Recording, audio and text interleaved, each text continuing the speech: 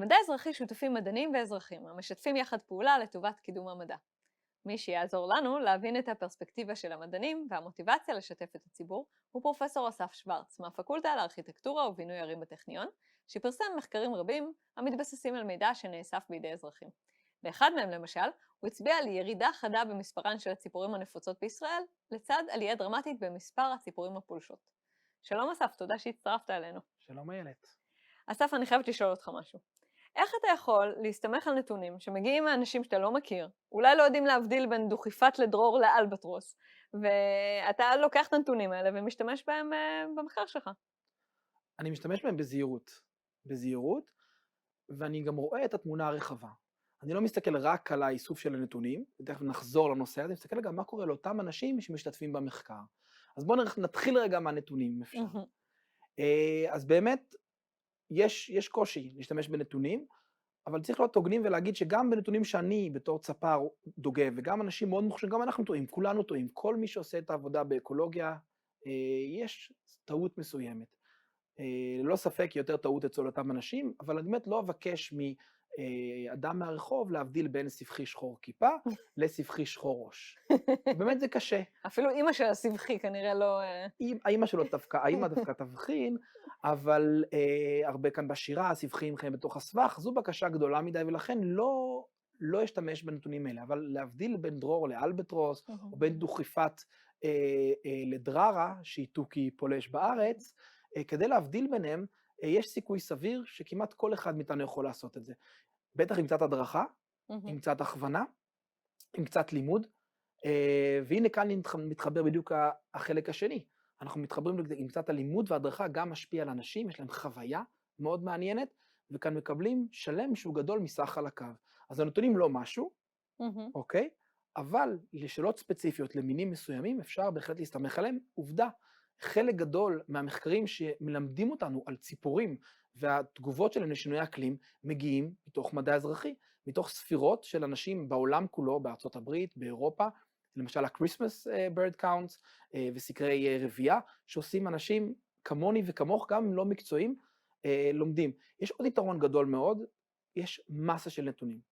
אני לא מסוגל לצאת גם כלכלית וגם פיזית ולהיות באותו זמן, באותה נקודה, באותו סוף שבוע או באותו חודש, בנקודות מאילת ועד מטולה. אני לא מסוגל. אבל כשאני פונה לאנשים, וכל אחד יוצא לחצר הבית שלו, לשדה הקרוב, לפארק הקרוב לביתו, ומסתכל על הציפורים, אני מקבל כמות מאוד מאוד גדולה של נתונים.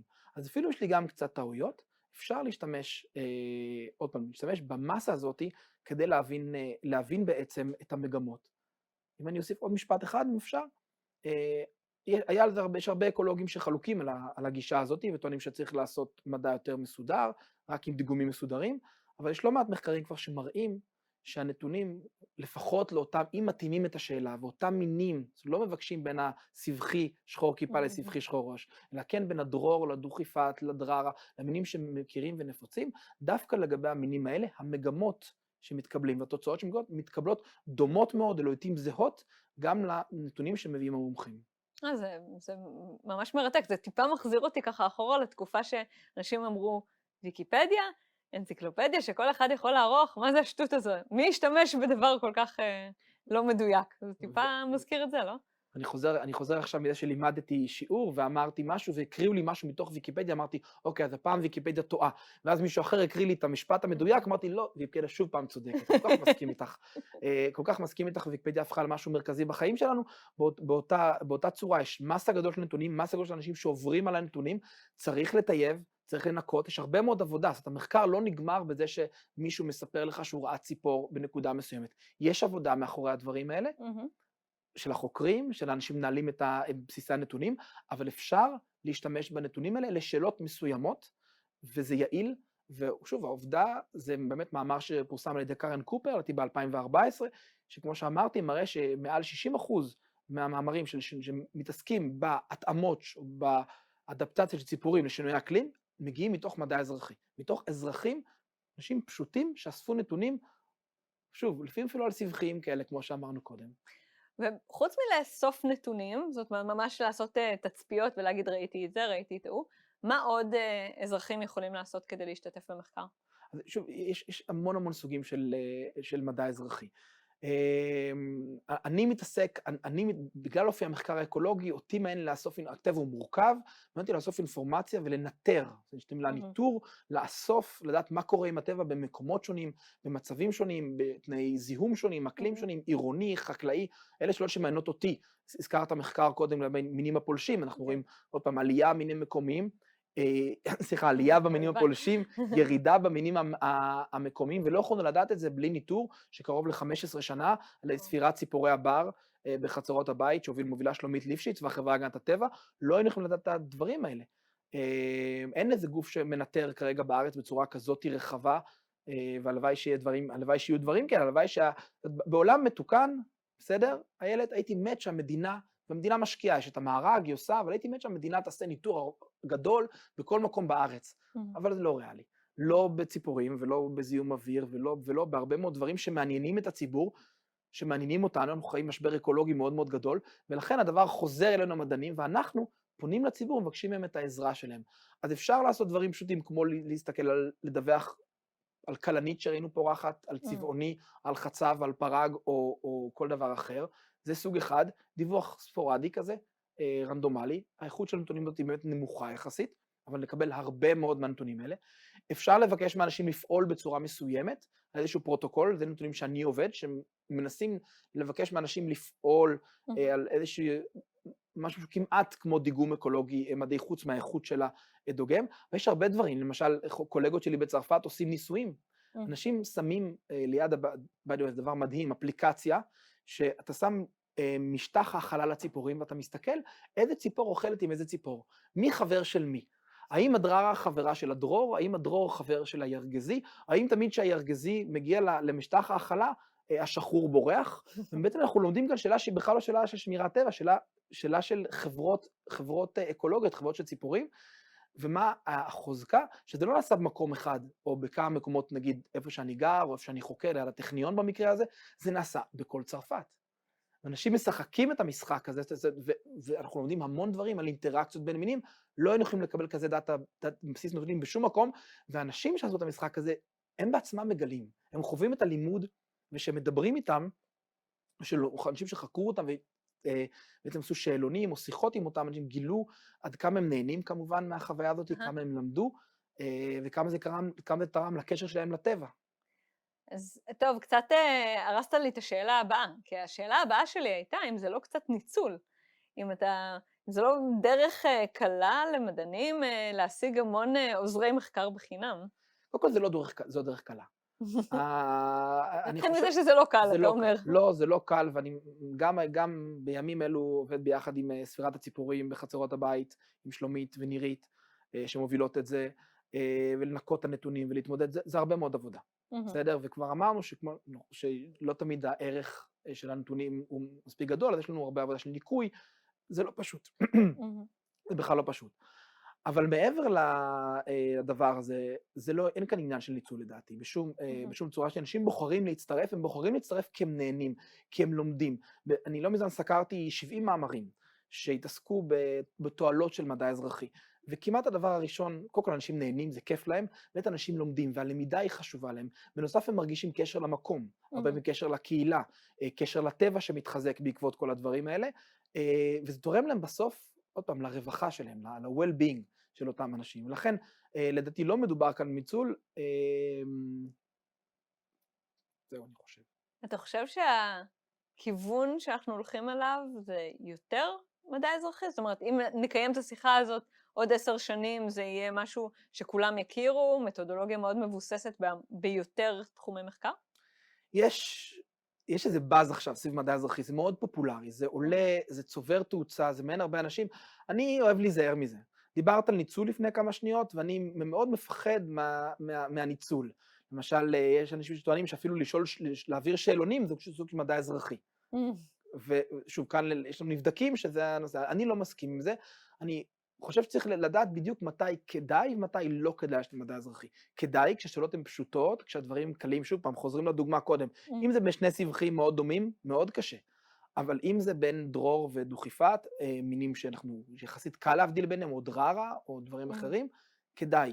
אם רוצים לאפיין כל מיני דברים, אפשר להשתמש במדע אזרחי. שוב, אזרחים זה יכול להיות גם אזרחים שהם חובבים. יש לנו הרבה מאוד, באירופה לפחות, מאוד מקובל, breeding bird survey, סקרי רבייה, שמבוצעים על ידי צפרים. הצפרים זה גם סוג של, שוב, מה זה, הם אזרחים, זה התחביב שלהם, והידע שלהם בהרבה מקרים הוא טוב יותר מהידע שלי יש. זאת אומרת, הרמה שלי בתור צפר בטוח נמוכה מרוב הצפרים בישראל.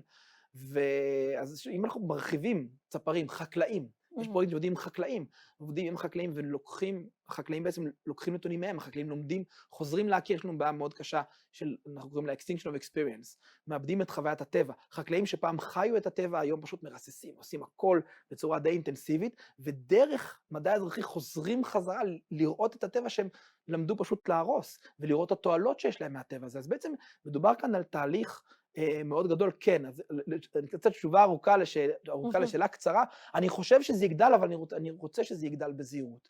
לא כל דבר הוא משהו למדע אזרחי, יש הרבה מאוד פרויקטים שלא מתאימים, וצריך מאוד להיות זהירים, מתי נכון להפעיל את הכלי הזה, ומתי לא נכון להפעיל את הכלי הזה. ובהקשר הזה, דבר אחרון שאני רוצה להגיד, יש דברים שגם עולים מתוך הקהל, מלמטה, אוקיי? ואז זה משהו עוד יותר מרתק. תוך שתיגעו בזה גם בהמשך הקורס, אבל בעצם אנשים מטריד אותם. למשל, דוגמה מתוך הפרויקטים בצרפת, אנשים שהסתכלו על פרפרים פתאום ראו שיש להם פחות ופחות פרפרים. הם ניסו להבין למה. ואז עלה הרעיון של להסתכל בפרויקט על אופן שבו אנשים מנהלים את הגינות. מתי אתם גוזמים את הדשא שלכם או את הצמחים, האם זה בעונה נכונה, האם אתם מרססים בחומרי הדברה, ואז פתאום ממצא מדהים, שהוא לא מפתיע אף אחד, אנשים שמרססים בחומרי הדברה, מספר הפרפרים שלהם יורד, הם לא קלטו, הם לא עשו את הקשר הזה. הם לא עשו את הקשר בין החומר הדברה נגד הסבים לבין הפרפרים.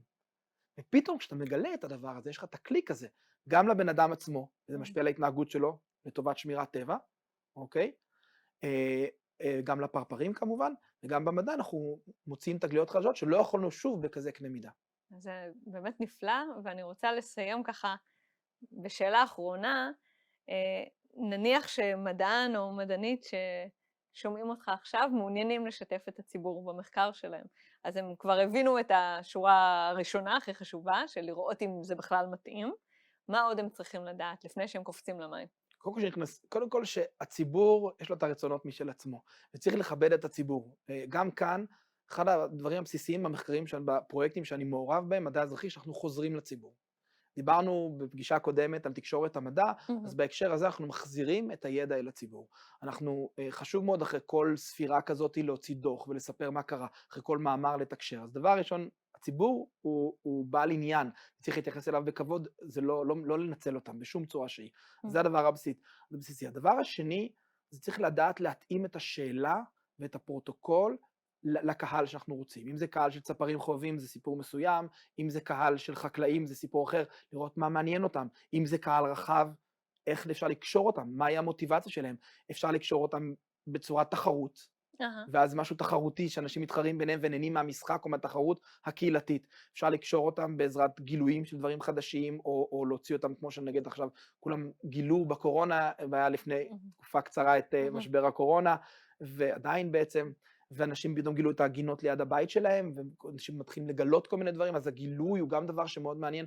צריך לחשוב בדיוק מה בפרויקט של כל מדען או מדענית צעירה, בעצם יכול לעניין את הציבור הרחב, ואז לראות איך משתמשים, וכמובן להתאים את שיטת העבודה לאנשים. כי הדבר הכי פחות טוב שמבקשים מאנשים דבר שמשעמם אותם, ואז הם מתחילים, מפסיקים. מה שיפה לראות שאנשים בחלק מהמקרים ממשיכים. עכשיו יש כאן פרויקט נהדר בחיפה של סלמנדרות. לא יודע אם אתם מכירים, עושים כאן ניטור סלמנדרות כשיורד גשם, מין בסכנת הכחדה, כן? יוצאות כשיורד גשם. ללכת ולעקוב אחריהם בזמן שיורד גשם, מי רוצה לצאת? ויש לא כולם, אולי לא אני, אולי לא את, אבל יש בעצם חבורה שמשוגעים לדבר, שיוצאים כל פעם בחיפה לעקוב בגשם, בלילה, לחפש סלמנדרות, וככה מגלים איפה הן נמצאות, לא נמצאות, מה מפריע להם לעבור, בעצם לומדים על הביולוגיה שלהם.